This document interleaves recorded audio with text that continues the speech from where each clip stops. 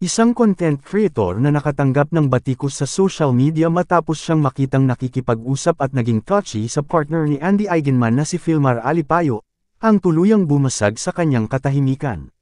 Sa video, makikitang kausap ni Filmar si Chris Liejing sa Siargao. Sa ilang linggong pananatili dito sa Siargao sa wakas nakita na rin kita. Sabi niya, hindi napigilan ng ilang netizens na mag-overthink kung paano tumingin si Filmar sa mga mata ni Chris sa kanilang engkwentro. Huho, kakaiba ang titig ni Filmar, wag naman sana, a netizen said. Bukod sa Filmar, nakatanggap din si Chris ng mga negatibong komento mula sa mga netizen na humiling sa kanya na layuan ang partner ni Andy. Gayunpaman, sa isa pang video, sinabi ni Chris sa mga netizens na huwag nang mag-alala, dahil siya ay walang halaga kumpara kay Andy. Huwag niyong lagyan ng isyo ang pag-uusap namin ni Filmar, wala ako sa kalingkingan ng ganda ni Andy, she said.